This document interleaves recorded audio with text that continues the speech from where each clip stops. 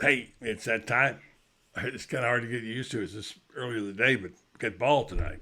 Big ball. And we've been waiting for it all year long.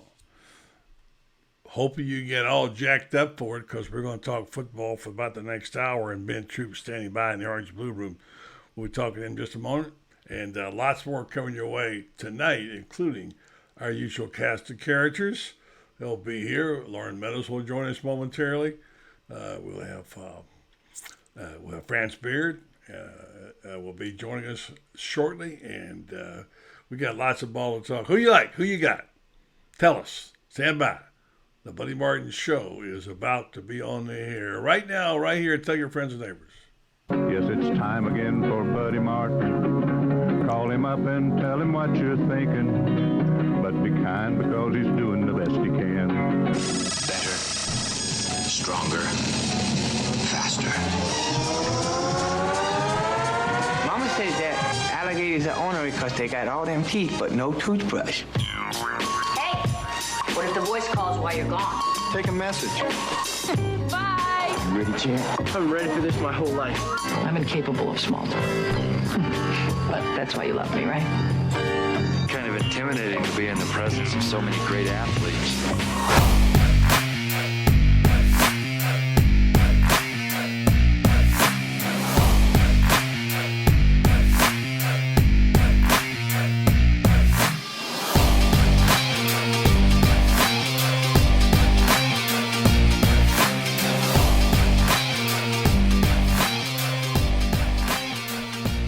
Good evening and welcome to the National Championship game. No, we don't broadcast it here, but you're going to be watching it. We're going to be watching it. That's why we're early tonight. Normally it would be 9 o'clock, and we'd be right in the middle of halftime. But glad to be with you tonight. I'm not going to say we're going to break it down because it's not what we do, but you never know. Ben Truth likes to break things down. He'll be here in just a second. Got a quick comment from Shane Matthews, who is coaching out in Texas for Orlando Guardians. He's got his pick. Talked to Urban Meyer today. Tell you what he said. What about the sight of Stetson Bennett? When you're brand new, you haven't seen Georgia play, you look over there at the field and say, where's the quarterback? And you see him. I'll tell you about Urban Meyer's reaction to it when he saw it. And, of course, he covers college football for Fox with the Big Noon Saturday. Let's do this. Let's go talk to our sponsors. Thanks for joining us early. Then Ben Troop joins us. We're all waiting for him in what has been a phenomenal week in football. I mean a phenomenal one. From the last weekend through this weekend, I don't ever recall anything like it, whether it's pro, college, whatever. And now capped off tonight by Georgia versus TCU. No matter what happens tonight, there will be greatness. There'll be greatness because either you have Georgia back-to-back or what I just heard Paul Feinbaum say would be the greatest upset in the history of college football. I don't know if I got far, but it's a good point. And then, of course, tonight, speaking of greatness, guess who got named to the Hall of Fame? It wasn't a surprise, but it is a testimony to what we all know, the greatest football player ever to play at the University of Florida. Tim Tebow. Congratulations, Tim. Let's hear from our friends at Meldon and then Ben Troop. When you're a member of the Gator Nation, you know what it means to never back down. Meldon Law has been a proud supporter of the Gator Nation since 1971. Two forces that won't back down. As the old saying goes, if you can't beat 'em, join 'em. There you go. Join them. And I'm joining this guy right now. I'm going to start calling him the Hat. I like that. When I used to play Monopoly all the time in college, these little figurines that you get, I was the Hat. They called me the Hat. So, Ben, you're the Hat. I bequeath that to you, my friend. How are you? Good to see you, Ben. I'm good. I mean, obviously, buddy, here we are 2 years in a row. I mean, we didn't do your show last year when the Georgia Bulldogs in the college football national championship. But I'm gonna say this: the Florida Gator in me, I'm gonna put it to the side. All right, come on. A little bit tonight, only because I was blessed enough to be at the University of Florida and watched our dynasty. I'm not saying our dynasty years are over. I got to see two of them. You get the '90s with Steve Spurrier, and you get the early 2000s. With Urban Meyer, Tim Tebow, and Percy Harvin and company winning 2 national championships in 3 years. Actually, 4 in that span. We're talking about what Billy Donovan did. So what we're watching right now with Georgia, which I know we'll get into, is a dynasty, regardless of what happens tonight. Back-to-back national championships is hard to do. I know Florida went to back-to-back nationals in 95 and 96, even though the Cornhuskers, they had something to say with with those guys back then. But it's I gotta say this. Do I root for Stetson Bennett? Do I root for the Georgia Bulldogs? Yeah, No. do you? No. No. But do I root for Georgia? Do I root for players? Absolutely. And let me tell you something. If you can't root for Stetson Bennett, regardless if I want him to win it, you don't like college football. Because sometimes maybe this being in media stuff is really like weighing on me, buddy, because it's showing me how to not have orange and blue glasses every time I'm looking out. Yeah. And I'm working on it. I'm going to therapy for it. I'm trying my best. But, however, Kirby Smart shows you why everybody wants that Steve Spurrier. I want to win at the same school I played at, right? That's why Coach Frost went back to Nebraska, and everybody wants to do it at the same team. But regardless of what happens tonight, shout out to both Georgia Bulldogs and the Horned Frogs, because you know how it is, buddy. While Georgia was kind of expected to be here, there ain't nobody expecting TCU to be here. No, even LaDainian Tomlinson, the greatest Horned Frog there is, even he didn't do it. But I know Andy Dalton going to be in the building, and, obviously LaDainian Tomlinson. But, buddy, I'm just going to say this now. This is a little bit of the Florida coming out when I said, all right, come on. If TCU does if they do the unthinkable, I got to ask you this, buddy, because we always say this on the show. What do you want more? Your team to win or the team you despise to lose? Because we always go, I don't know, man. I don't know. I always want Florida to win, but when it comes to the teams I despise to lose, there you go. This does something to me. Because we're all trolls. We can't wait for our team. How you feel if you're a Green Bay fan today? Pretty down. So all I'm saying is the most humbling sport there is football, because anything that can happen will happen. I don't think that's going to be the case tonight. I've been proven wrong a lot of my life. That's why I don't even go to Vegas, because I wouldn't have no money. But I just know that the best storylines from a Stetson Bennett, or you look at the TCU and their. I remember TCU lost the Big 12 championship. People thought it's over with. The Cinderella story is over. Yeah. But the College Football Playoff Committee did the right thing by putting them in and not putting Alabama in. They did the right thing, and here we are, man. And if Georgia does go up on TCU, I want y'all to remember they've come back like twice. So that don't scare them. They used to being the underdogs. Yeah. I mean, I don't even know what a Horned Frog is. I ain't never seen one in person. Don't want to see one either. I don't want to see one. But shout out to both teams. Kirby Smart is building a dynasty there at Georgia. TCU is doing their best Cincinnati impersonation this year. We'll see if they can get it done. And buddy, wouldn't it be crazy that when the two big dogs of the Big 12, that being Oklahoma and Texas, going to come to the SEC, the Horned Frogs of all people are representing that conference in the college. That's amazing. That's amazing. Great point. So much to say, by the way. Laura Shields thinks TCU beats Georgia tonight. And I asked earlier in the day, Urban Meyer. By the way, for the person who says nobody cares what Urban Meyer says, I think they care about $10 million worth a year to pay him at Fox for what he says. You might not care about what Urban Meyer says, but listen, we need to listen. Urban Meyer, Urban Meyer has a checkered past. We get it, but and I know we're gonna get to the 2023 College Football Hall of Fame class, which is star-studded. Yeah. If you don't think Urban Meyer is a College Football Hall of Famer, then you don't like college football. You just don't. You don't got to like the stuff he's done, but it don't take away what he did as a coach. It doesn't take that away at all. Yeah, well, I've, I've given up that fight. So you want to hate Urban Meyer? Go hate him. Fine. I find him really still one of the brightest football minds, and I had a conversation, and I thought it was a good story, and I'll tell you the story because I think it's important. When he went to see the Georgia game, obviously he saw Georgia, Ohio State, and they said, where's the quarterback? And they showed him over there. He said, quote, the smallest quarterback I have ever seen. He couldn't believe Stetson Bennett, who says he's 5'11", 190. I don't know about that. Ben, what would you say? More like 5'10" and a half, about 210. I give Stetson Bennett 190. 5'9" and a half, 5'10", probably 180. 25. Probably 180. He's real similar to Devonta Smith, who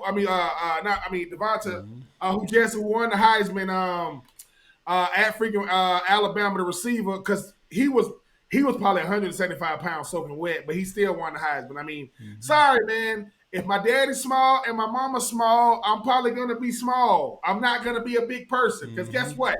I'm gonna say this to the end. If my mama's 5'2" and my daddy's 5'7", and I'm 6'6", that ain't my daddy. Or your mama, for that matter. I'm just saying. Listen, in the words of my grandma, somebody lying to somebody, buddy. Like, what? That's him? Yeah, that's him. No, that's not. Well, yeah. I mean, look. Here's the thing about it. I'm not going to spend the night. I want to talk about greatness and what a phenomenal week it was. The great story in Buffalo. What we saw there. What a blessing that's been. And this is the part of football I love. I mean, how could you not love the story that we had last week? And I'm not going to get off on it because, we had some things happen in our house health-wise. Mike Leach passed. Then we have a guy whose heart stopped and the whole world stopped. I've never seen, Ben, you played in the league a long time. And all of football, I've never seen any of the look on the faces of those kids. We talked about it some last week. It was amazing. And to have him come back and be in the team meeting, FaceTime in. I mean, number 3 that's the international symbol for love now, is such a fantastic story. Proving once again that you don't have to be about your team to have a great story. There's always other great stories out there, whether you like it or not. Look, nobody loves the Gators more than Ben Troupe and Buddy Martin, right? I mean, nobody loves them more. Right? FRANZ, maybe. He'll be on there shortly. But, I mean, it ain't all about your team all the time, folks. No. We have, but the thing about this, we're very, very blessed and we're very, very spoiled to be Florida Gator fans and alumni and lovers of them because we don't lack anything. I mean, when it comes to sports, we've literally won it all and everything. When it comes to iconic figures, does it get more iconic than freaking Steve Spurrier and Tim Tebow? It don't. Like, I don't care who you like and who you don't like. Does it get? Georgia's getting ready to do in football what Florida did in basketball, which ain't gonna be done again with all these. So I think what happens is we are lovers of college football and these storylines. I mean, once again, Mark Richt goes into he's an inductee in the 2023. Could it have happened for a better person? With everything Mark Richt is literally dealing with right now with his diagnosis, you couldn't tell, man. I'm just saying. I'm humble because I had a little something to do with it. I was a part of that at one point to be able to say people but buddy, you've covered it. Like covering it is just like playing in it. Not quite, but it certainly is. I'm gonna tell you why. Because you see the whole field. I see some of it. Yeah. Right, you seeing before I got blown up, you could see it coming. Oh, Ben about to get blown because I'm looking this way and the train is coming from that way. Before you started leaping over tall buildings, I could see. But at the same time, buddy, it's an appreciation that I have for everybody everybody involved. Eric Berry, who had cancer, Hall of Fame, right? Yes, college football. I'm gonna tell you something. Listen. The NFL Hall of Fame to me is the creme de la creme. It is. But the College Football Hall of Fame, to me, is so much harder because there's so many more players, so many more teams. Oh, yeah. So I'm happy for every inductee because that means that you live on forever. That means that it don't matter how nobody else feel. You're in Atlanta, right? Forever. Right. And I thought Tim Tebow was already in there. I'm like, what? Tim Tebow just getting in? Maybe they were just waiting. I was like, I've been arguing that Tim Tebow's in the College Football Hall of Fame for like 10 years now. He just got so congratulations, Tim, man. My fault. Yeah. My fault. Well, for those of us who didn't know, and those who don't know are just tuning in, they had the class. I don't have it in front of me. Maybe you do, but I do. We'll read that in a minute. But Tim Tebow, it's to me the irony is on a night we're talking about greatness, right? This is the night. Whether you like the Bulldogs or not, if they win back to back, we're talking greatness. We're talking likely dynasty. We're talking the elevation of players and coaches, whatever. Or if TCU upsets Georgia, wow. Well, that's what Feinbaum just called would be the greatest upset in the history of college football. I don't know, but greatness. But the greatest football player in the history of Florida, and I've seen them all, and I love a lot of them, is now crowned in the Hall of Fame as being great, which we already knew, but it's just something very special about it, you know? It is, buddy. And the thing is, right? No news flash, no breaking news here. No, I didn't grow up a Florida Gator fan. I didn't grow up a Georgia fan either. Before y'all, what?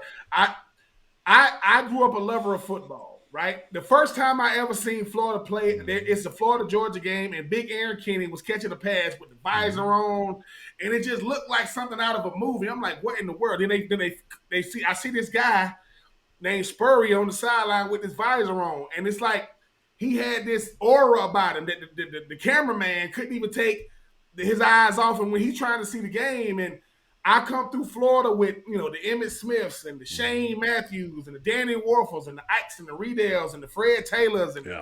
And this kid comes named Tim Tebow. Yeah.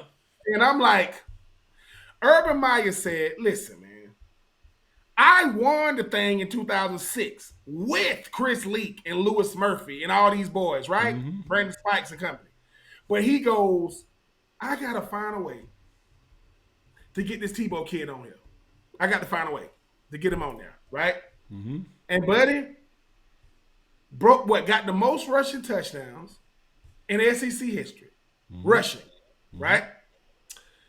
Had a bunch of touchdowns. Won the youngest Heisman winner, I think, before first sophomore, before, and then obviously Lamar Jackson came behind him and did it. Right. And to me, he took. Is Tim Tebow the greatest quarterback in college football history? No, I don't think he's the great. But guess what? He's the greatest player. Tim Tebow showed you that. Look, what do my team need me for? Because his freshman year, battering around. It's 3rd and 1, 2nd and 1, touchdown. But I think, buddy, it's what he meant. Tim Tebow said, "Look, the greatest speech in college football history. Don't even tweet me on it. Don't even at me, right?" Tim Tebow showed that Alabama could be beat. They were the first ones that was beating Alabama. It wasn't nobody else.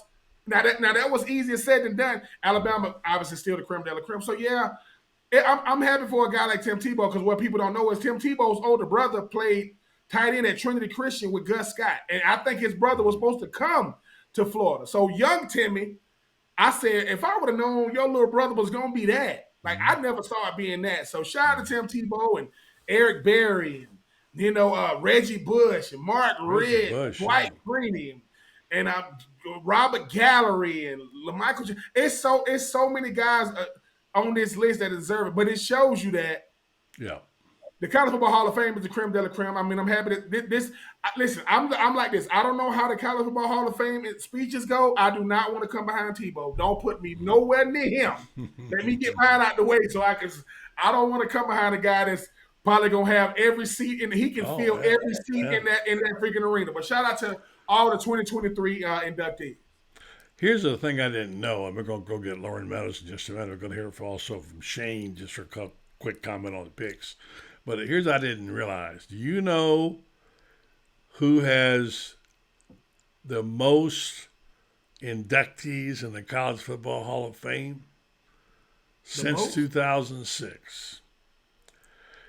Tebow was the 13th overall Gator and the 10th Florida player to enter the College Football Hall of Fame since 2006. UF has had 7 inductees, the most by an SEC school. Wow. To 2006. So you're right. We had that little run in there. It was good. So, yeah, all right. So stand by for 1 second. Let me go get Loren, and let me just jump in here real fast and put this information in here. Let me hear from Shane real quick at his take. Loren, stand by for 1 second. Get your drink of water. Hold on 1 second. I got to go in the other room and pick up mine. All right, then we're going to hear from, let's see if I've got this here. Where are you? All right, here you go. Here's Shane Matthews, who's now coaching, by the way, in the XFL. We talked to him today about the game, and we'll come back. We'll also have Loren Meadows, so stand by. Well, Shane Matthews isn't here. He'll be watching from remote tonight as the national championship game comes off. And Shane, most people are saying, can Stetson Bennett do it? I talked to Urban Meyer today earlier. He said the first time he saw Stetson Bennett, he said, that's a quarterback? That's the smallest quarterback I have ever seen in my life. But small, but he gets it done. What are your thoughts tonight, Shane? Well, I've been a Stetson Bennett fan when they inserted him off the bench 2 years ago. He does things that you can't teach, and I think that's what a lot of coaches don't notice, that he has that it factor, especially when it comes to playing quarterback. He's a tremendous natural leader. He's extremely accurate, knows where to go with the football. I think Georgia wins handily tonight. Well, it's hard to find another answer. I thought about it, but when you think about, I know comparative scores don't always work. We're talking about what was considered one of the weakest conference in the country, the Big 12, and this team lost the championship game, but they beat Michigan. And the question is, who is TCU? And that's why they're underdogs, 2 touchdowns. But Georgia now has a chance to be crowned as the next dynasty, perhaps. What do you think? If they win tonight big, are they the next dynasty? I think regardless even if they lose the game, they're the premier program in America now. They surpass Alabama, in my opinion. I mean, Kirby's playing his 3rd national championship game in, 7 years? Pretty remarkable when you think about it. And I don't think they're going anywhere, unfortunately, for us. But, yeah, I think win or lose, Georgia is the top football program in America at this time. I think the guy on the other side in the purple, though, is a pretty good coach. Sonny Dykes aren't his Spurs. Certainly no Kirby Smart, but who is? And what can you say about Dykes? Mike Leach's school, loves to throw the ball. He's had a phenomenal year. Nobody saw them getting this far. Yeah, I mean, in year one, he's been a good coach everywhere. Son of a coach. Spike Dykes was his dad, who was a longtime coach and successful. And, what Sonny's done, what he did at SMU and now over at TCU in year one, he's got it going on. And I like his demeanor as a head coach. I think he's done a phenomenal job. And, for a school like TCU to be playing for a national championship in football, I think they won some way back in the day. But, the last TCU team I can think of playing for a national title would probably maybe be baseball, if that. All right, thanks very much to Shane. Shane's out coaching in Texas, and we're going to go now to our other part of our Orange and Blue Room and bring in our partner in crime. Loren Meadows is here to get us all straightened out. He got his Gator colors on. By the way, just so you see what I'm repping there, don't you? See that number right there? Here you go. See that? I do. Yeah. There it is. I do. The GOAT. Yeah, how about that? Himself. The GOAT. So, Loren, good to see you. We're just having a little conversation here about the greatness that is Tebow and, of course, in the Hall of Fame and in tonight's game. And we haven't even really talked about the game much. It kind of feels like a foregone conclusion when you're a 13.5-point favorite, naturally. And people are trying to make a case for it, but it's really hard, if not difficult, if not impossible, to make a case, Loren, for TCU, even with the point spread. Yeah, I think like you showed what Shane talked about. I mean, you talk about as much as I hate to say it, the dominant program in college football today. Like you said, Kirby Smart going to his third national championship game. As far as recruiting, facilities, infrastructure, they seem to be the creme de la creme, surpassing Alabama and kind of putting themselves ahead of some of the other perennial players like a Clemson, Ohio State, some of those. And it just, like you said, it seems like a foregone conclusion that Georgia will hoist the trophy tonight. You know, things will have to happen. Just like in the Michigan game, a couple pick sixes, some timely turnovers, things like that. Which I mentioned to someone earlier. Stetson Bennett, for as good as he's been, he will throw you the ball every now and then. So if that would happen and TCU could capitalize, then that could maybe materialize into an upset. And then obviously, TCU does have the top defensive back in the country with Tomlinson's nephew. And, he's going to probably have to play lights out. I would assume that they will probably kind of have him kind of handle one side of the field to allow them to double Brock Bowers and put some attention elsewhere on defense. But if, like someone said, I think Georgia's going to be able to run the football. And if they're able to run the football, I see them winning by probably 2 scores at least. And Ben, you don't have Darnell Washington 100%. And, of course, Bowers and Washington ought to be illegal on the same field, the same side. That's whoever heard of something like that.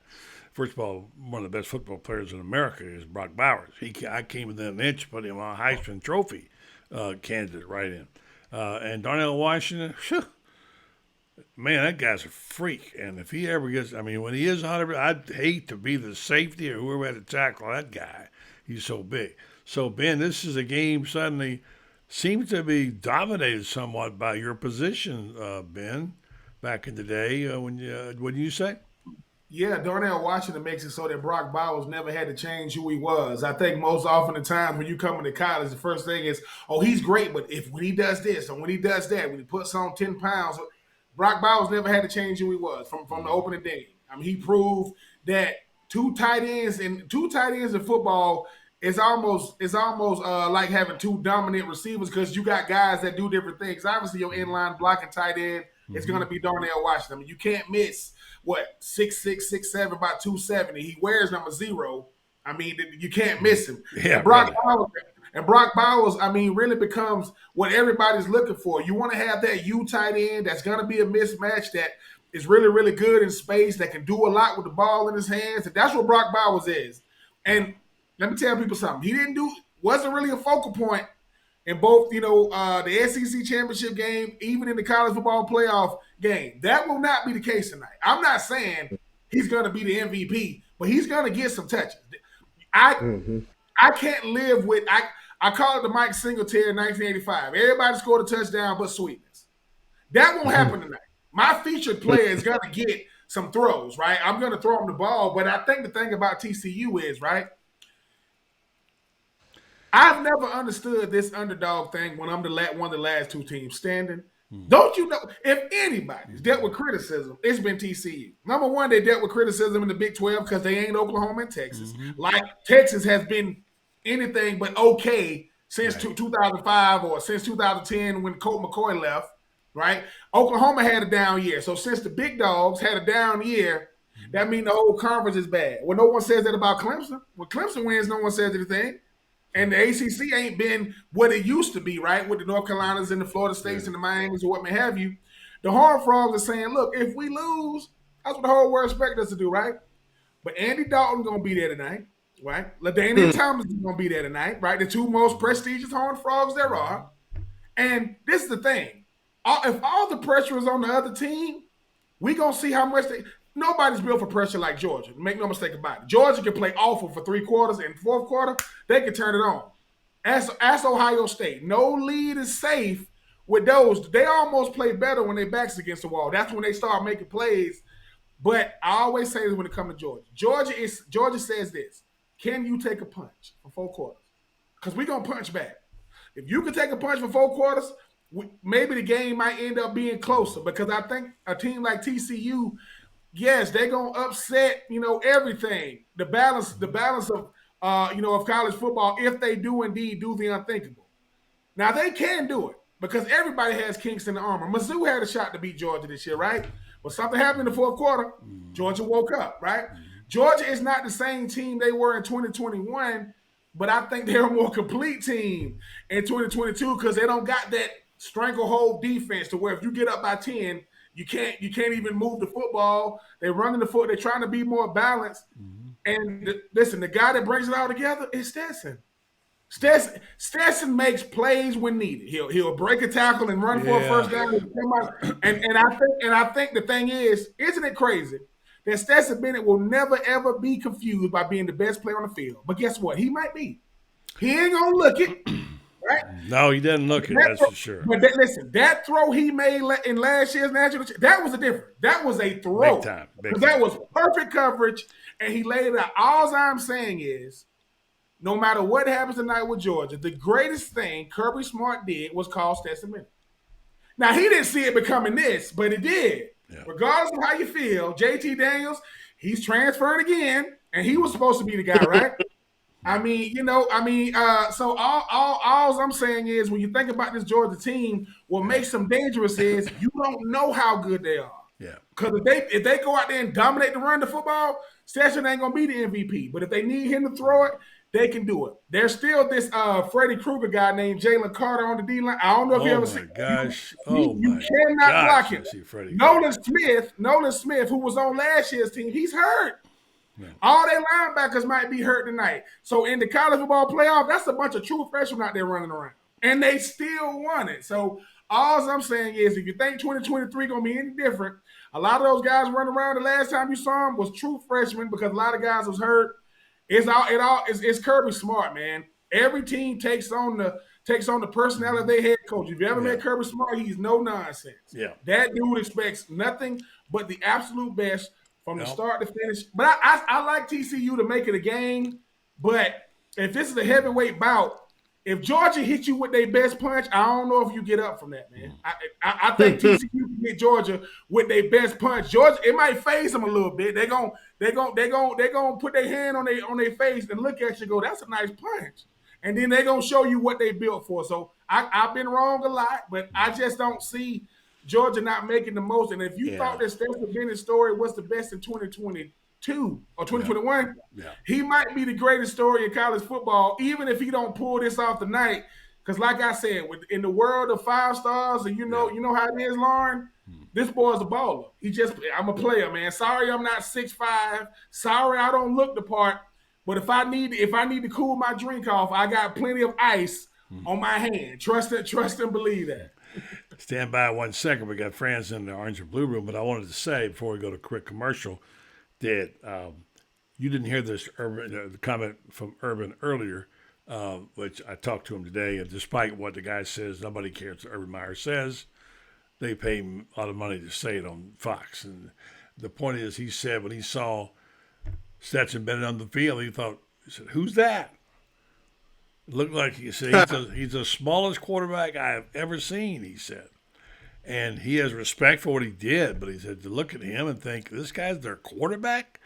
And this is kind of the way it's been. And as I said earlier in the show, I may have said several times on here, they threw rocks at him to get rid of him. And Athens, like a stray dog, get out of here, trying to run him off. Couldn't run him off. So he's got that little chutzpah, little extra something going on there. But I do say, and people get mad about it because they don't want me to say anything, anything bad about, anything good about the Bulldogs. I don't know the answer to this question, Dan Bond.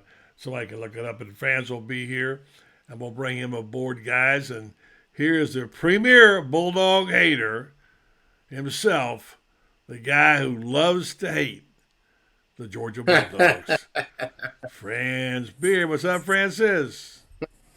Now, let me put it this way. I'll be in purple in another hour. That make 2 of us. You'll be in black if they lose. No. Listen, Well, if you are rooting for Georgia and you didn't go to Georgia because they're in the SEC, you need to go talk to your therapist. I don't understand that to save my life. They're in the SEC. I don't either. So I don't get it. I don't care. They're Georgia. I ain't rooting for them. I don't get it. I can root for players, but if you got on the wrong colors, that's anything other than orange and blue. And I'm talking to you too, Auburn.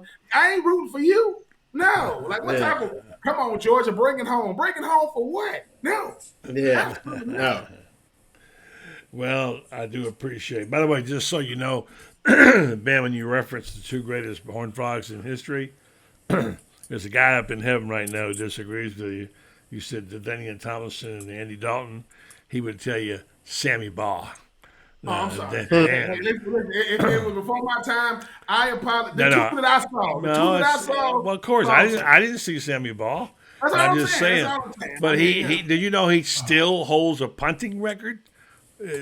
Average. So anyway, regardless. What's the punting award? What's the guy's name? Ray Guy. That's not him. No. Ray Guy. But just the record. Y'all know, Ray Guy is from Swainsboro, just like me. Oh, no wonder. Well, that's what makes it great. Yeah. Well, okay. Well, that's that big football factory, Swainsboro, man. I don't know about no football factory because he graduated from high school, so he got the hell out of there, just like I did. But he was born in Swainsboro Hospital. That's all I'm saying. That's when he was born.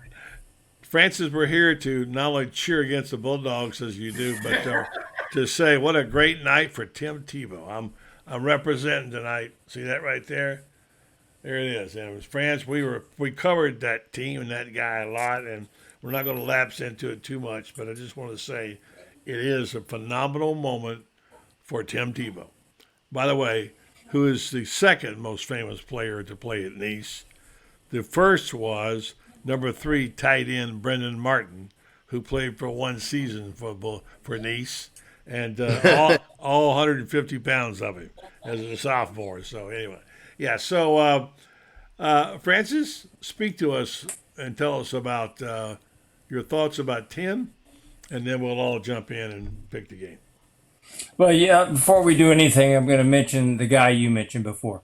Sammy Baugh, 51.4 yards per punt. Nobody has ever had that. Average punting 45.1 yards. The only player to ever lead the NFL in punting, passing, and interceptions in the same season. Could have been the greatest defensive back of all time. Certainly would rank with Ray Guy as the greatest punter of all time. Great passer. And people who saw him play say that he would have been great in any era as a quarterback. Yeah. All right. Thank you for that. He was the quarterback at TCU before that guy Davey O'Brien they named the award for, and it should have been named after Sammy. Probably right. Jink and Daniels love hearing that. So, all right. So we're all in agreement. This is a great night. Does everybody have one Tebow comment? Then we're going to shift to the game and talk about it and make our picks and maybe get out of here a little early so we can watch the game. The one thing that strikes me about Tebow that people don't talk about is something that maybe they do talk about it. I mean, his competitiveness and all that stuff. His courage. He was a courageous guy. And I remember the first time he ever practiced at Florida. You guys know what the bowl in the ring is, drill? What that is, right? Yep. And you jump in there and get your brains beat out, right? Tebow jumped in the middle of that ring. He was to take on somebody. And Urban Meyer said, get out of there. What are you doing? Get out of there. But he was phenomenal, a physical specimen. And the night he went down in Lexington on friendly fire, went to the hospital, it was a scary moment, particularly because he was Superman. Superman had, like we said, had hit kryptonite. So, anyway, that's my moment. And Ben, what's yours? And then we'll go around the room. Your moment. My Tim Tebow moment is simple. Most guys will never live up to their potential. It's hard to do. I think for a college player, what else can he do? Like, what else? Win 2 Heismans? Well, he won it. Win 3 national championships because he won 2. Most guys, coming from Bowl School in Jacksonville, born and out, like, it's yes, we tell this story of what they are after they become it. Oh, he was growing up, he was this. Well, of course you're gonna say that after he becomes it, but he ain't. I don't know if he the first because you got Bo Jackson. He helped continue that one name superstar, Tebow. Who? Tebow. Meaning everybody knows him. Like everybody. And since him, everybody wants what he has. What you mean? They pay him to be him. Wherever he is, it's a crowd. But he was a hell of a player, man. I mean, I still have flashbacks to that Ole Miss game. I said, all right, they're gonna give it to Tebow. He gonna get the 1 year. And when he ain't get it, I'm like, what is going on? And here come the speech, but he did it, man. Like, think about this. No matter who you're talking about, when it comes to college sports, when you're talking about the greatest, if you don't mention him, you're a hater. If you do not mention Tebow, you're a hater. He has the most rushing touchdowns in SEC history. More than Bo, more than Herschel, right? Yeah. Then he had like 145 total. Come on, man. Total touchdowns, and he only started for 3 years. He didn't start his freshman year. So, for me, just living up to the hype, and I thank God that Tim Tebow went to Florida, because if Tim Tebow went to Georgia, I would hate his guts. I wouldn't want to talk about Tim. So Tim Tebow is my claim to fame. So no matter what people want to say about Florida this and Florida that, you ain't got Tebow. Deal with it. And like I said, I thought Tim Tebow was already in the college football. I said, they inducted him twice? He just got in. But this class feels that way. This class is star-studded. Yeah, it is.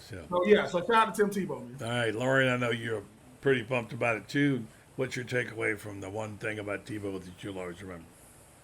Well, I think when you notice, whenever Tim Tebow comes back for whatever team reunion, those kind of things, and he normally stands down in that south end zone, and you look at the number of players, white, black, rich, poor, that just surround him and are drawn to him, and the respect that he has from his peers and the guys that he played with. I think that that's the most noticeable thing about him. People are genuinely glad to see him. They respect him, from everybody from Percy Harvin to Joe Hayden to you just name it. They Major Wright. They just all love him. And then the other thing is, Tebow wanted all the smoke. I remember that game where they were playing Tennessee, and Tennessee had Eric Berry, and Tebow kind of broke out. And he didn't have to go, he could have just kept straight, but it was almost like he went looking for Eric Berry to find out who was going to be the toughest that day. And it was kind of a stalemate collision. Franz, you'll remember that.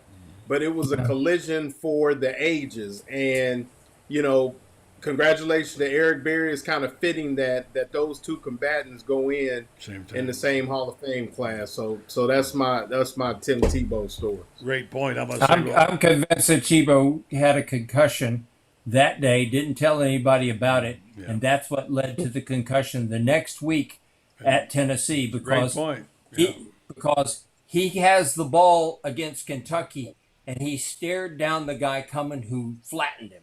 He just stared him down and made no effort to avoid. I don't even think he saw him. And I am convinced to this day that because, and this goes to the competitiveness of Tim Tebow, I'm convinced that he never let on to the fact that he hit Eric Berry, and because Eric Berry missed the next ball game with a concussion. And you're telling me that Tim didn't have one too? I'm not sure who got, we're talking about two guys, what is that the old saying about during the Cold War, mutual assured destruction, mutual assured mass destruction. Well, that's what we had with that collision. My favorite Tebow moment has nothing at all to do with playing football. I saw what Tim Tebow meant and how effective he is. Back in those days, we used to be able to walk with players from the practice field to the stadium. And they literally had to start grabbing Tim and taking him because he'd see the guy nobody else could see that maybe was a little kid that maybe had one leg shorter than the other and was wearing a brace on it, or that was in a wheelchair.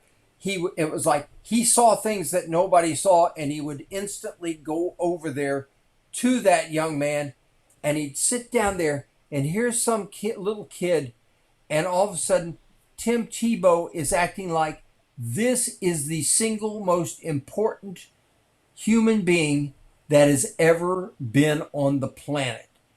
And this is what makes Tim Tebow special, is his ability to make other people, the least among us, feel the most among us.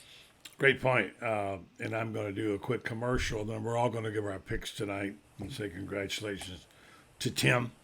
And I want to just mention that this program is brought to you by our friends at Titan MRI. They sponsor Shane Matthews' segment. They're worth a short drive to Gainesville. No insurance, no problem. You can pay with cash or card, same day, scheduling available.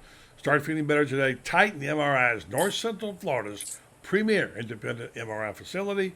Come and see why hundreds of patients are visiting our Gainesville location from Ocala, Marion County, and the villages as TitanMRI.com. I'm going to give all of you $1,000 to play on the game tonight. The line is 13.5. Got to go one way or the other. Are you bold enough to take the underdog from 13? Start with you, Ben. Nope. Because I've seen this too many times before. I think the thing about this Georgia team that we don't give enough credit for, it's not the Georgia of old. They built for the moment now. They want the moment. They want everybody to be watching. They want adversity to happen. They want it to happen so they can show just how good they are. And if this is the Georgia teams of the past, I'm taking that. But this ain't the same old Georgia, man. It's just not. And if you watching this game tonight to wait on them for Georgia to be Georgia, they gonna be Georgia, just not the one you think they're gonna be. They built for this. Like I said, a lot of those guys that played in the college football playoff game were true freshmen. And you could not tell. Them guys was out there running around making plays. Georgia don't make excuses no more. So I'm not taking them point. I just see Georgia kind of coming out, feeling their way. But I don't think no team makes better second half adjustments than they do. They go in that locker room, I don't know what the hell they drinking or doing, but they come out and it's like they done seen all you can throw at them. So TCU, great season, incredible season. But sometimes your best ain't good enough, man. And that don't mean you ain't had a great season.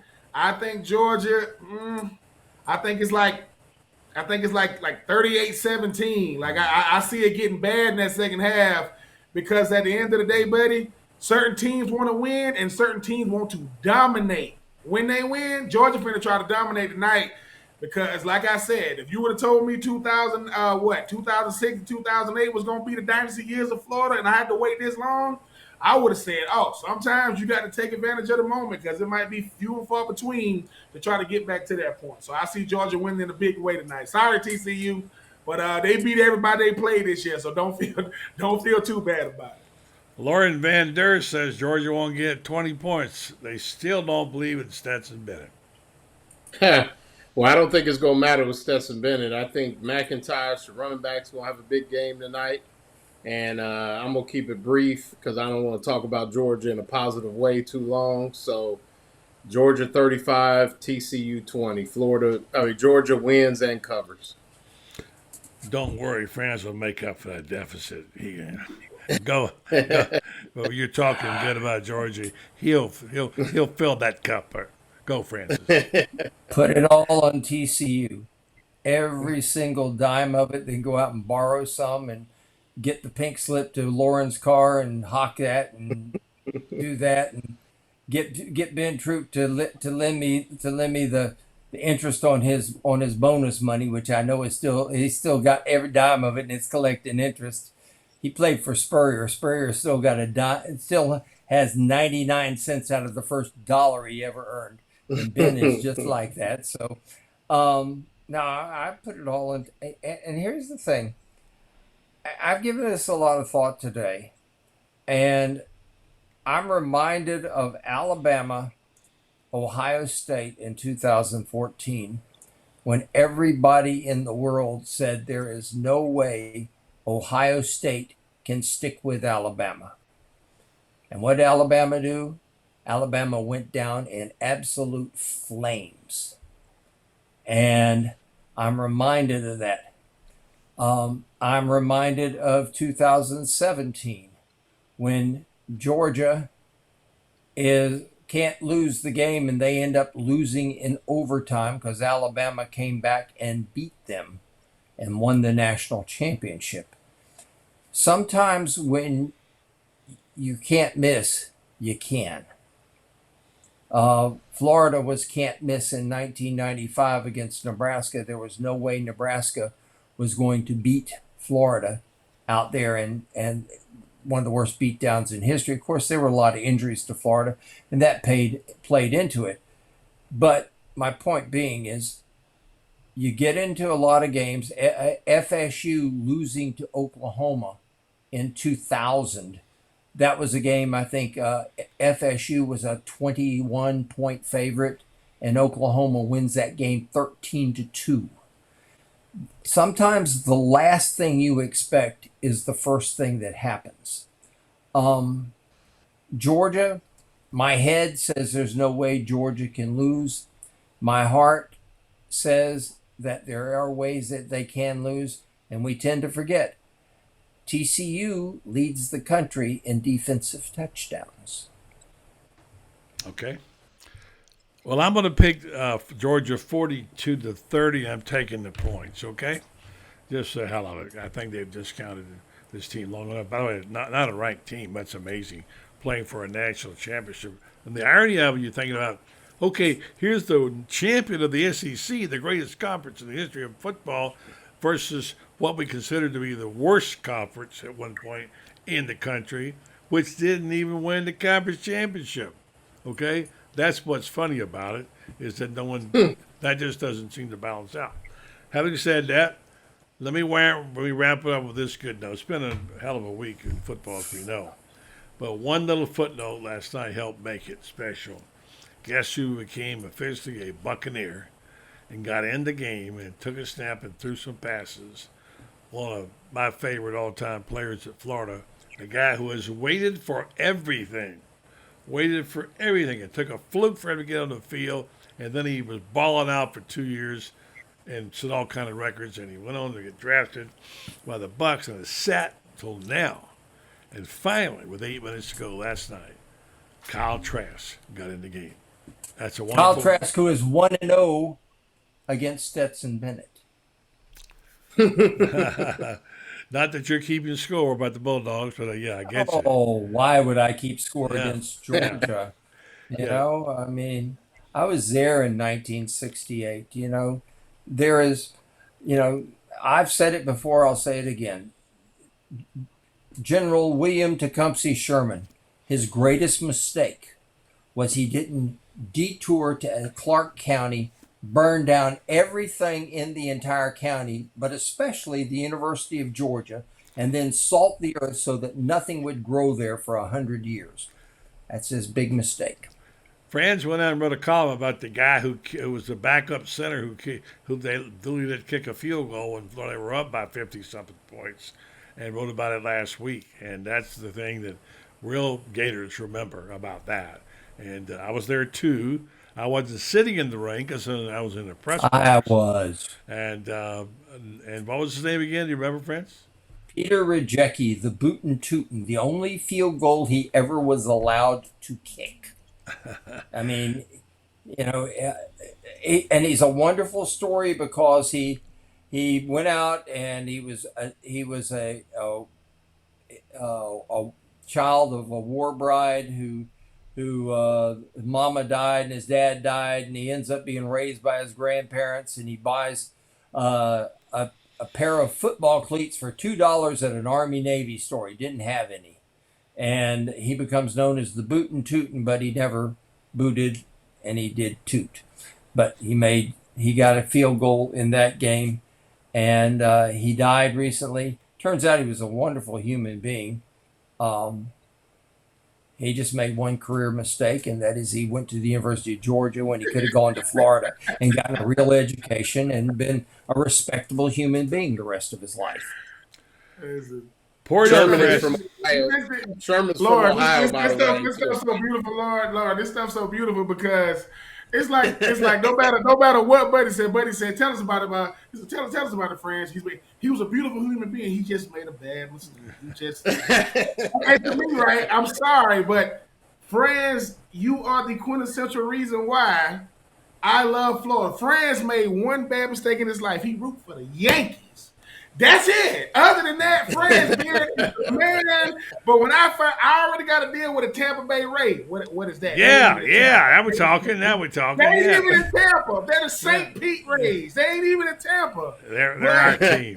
It's all right. When I found out that Franz root for the Yankees, I'm like, Lord have mercy. My grandfather has pictures he took of Babe Ruth and Lou Gehrig hitting home runs at where Norman Hall is. That used to be Norman Ballpark. The Yankees used to play games there in the spring. And my grandfather took photos of Gehrig and Ruth hitting home runs here in Gainesville. The Yankees used to go down and play in Ocala. Ocala used to have this incredible old ballpark. They still have the wall of that ballpark up there. Gehrig Field. And they used to have that. But the Yankees used to come to Florida and play games. And my grandfather loved the Yankees, but there was only one problem with the Yankees ever, and that was along came the Orioles, and I loved the Orioles until the Orioles started sucking again. Then I had to cheer for the Yankees. Well, we know it's time to go because Franz is talking baseball. Yeah. And, the Gators start their season in, 5 weeks, and they're going to start the season ranked number 2 in the country. And I pity the team that has to face them because their first, second, and third pitchers are all going to be first rounders.